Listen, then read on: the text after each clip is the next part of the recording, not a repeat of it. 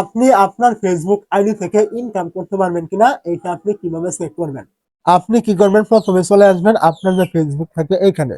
তো ফেসবুকে চলে আসার পর আপনার আইডিটা আপনি এখানে লগইন করে নিবেন।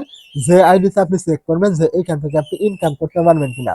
তো এখানে আপনার আইডিটা লগইন করে নেওয়ার পর আপনি কি করবেন, এইখান থেকে দেখবেন এই যে আপনার প্রোফাইল আইকন থাকবে, এই জায়গায় একটু ক্লিক করবেন।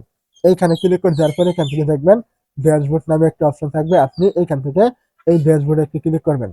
তারপর আপনি এখান থেকে দেখতে পাবেন এই যে আপনার আইডির নাম এখানে শো করবে, আপনি এই নামের উপরে ক্লিক করবেন।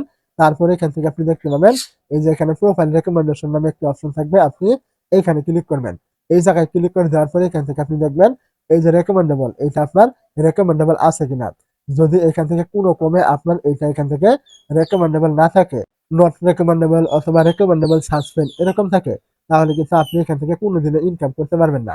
তার কারণ ফেসবুক এখান থেকে স্পষ্টভাবে বলে দিয়েছে, যদি এটা আপনার রেকমেন্ডেবল না থাকে তাহলে আপনার পেজের ভিডিওগুলি কখনোই ভাইরাল হবে না, রিচ এঙ্গেজমেন্ট এরকম কিন্তু আসবে না।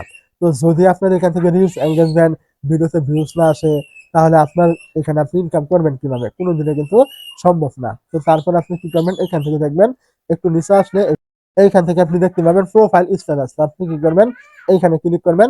তারপর আপনি এখান থেকে দেখবেন যে আপনার প্রোফাইলটা এখান থেকে সবুজ টিক মার্ক করা আছে কিনা। যদি এখান থেকে সবুজ টিক মার্ক না থাকে, হলুদ থাকে এবং এখানে কোনো ভায়োলেশন দেখায়, তাহলে আপনি এখান থেকে কাজ করে কোনো লাভ হবে না। আগে আপনাকে এটা ঠিক করতে হবে, মানে কোন ভায়োলেশন এটা আগে ঠিক করতে হবে, তারপর কিন্তু আপনাকে কাজ করতে হবে। তো যদি আপনার এই দুইটা সমস্যার কথা বললাম, দুইটার যে কোনো একটা থাকে, আপনি এখান থেকে মনিটাইজ পাবেন না। আর যদি এখান থেকে দুইটা ঠিক থাকে, চিন্তার কোনো কারণ নেই, আপনি এখানে কাজ করতে পারেন, অবশ্যই মনিটাইজ আপনি পাবেন।